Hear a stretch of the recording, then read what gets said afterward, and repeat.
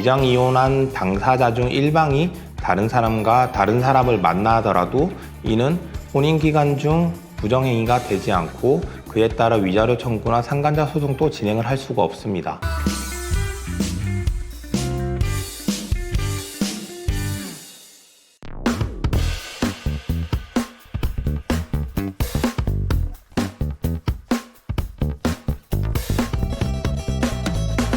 어떠한 이유든 위장 이혼을 하는 경우 우리 대법원은 비록 위장 이혼이라고 하더라도 이혼 당시 이혼의 의사가 합치했다면 이혼의 효력을 인정하고 있습니다.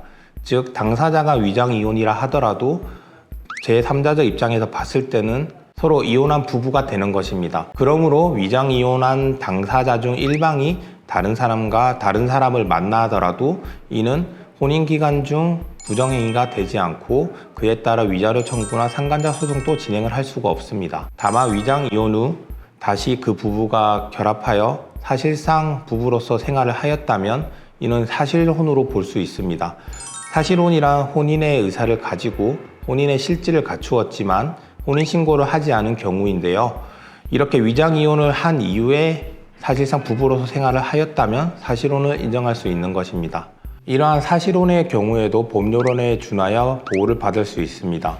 즉 사실혼 관계가 부부 일방의 유책 사유로 인하여 파기된다면 위자료 책임을 물을 수 있으며 사실혼 관계 중 형성된 공동재산에 대하여 재산분할 청구도 할 수 있습니다. 사례와 같이 위장 이혼 후 사실혼 관계에서 상대방이 외도를 하였다는 이유로 위자료 책임을 묻기 위해서는 사실혼 관계가 성립하였는지 먼저 확인하여야 합니다.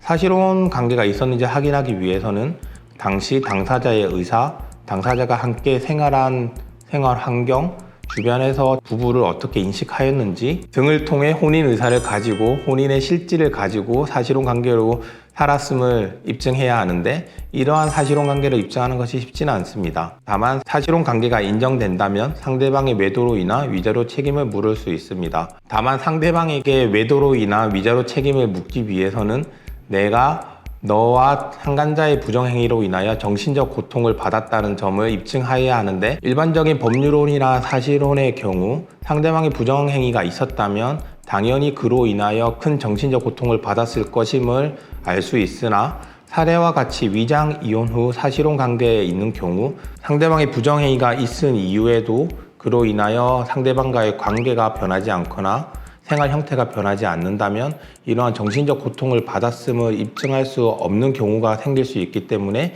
위자료 청구를 할 수 없을 수도 있습니다.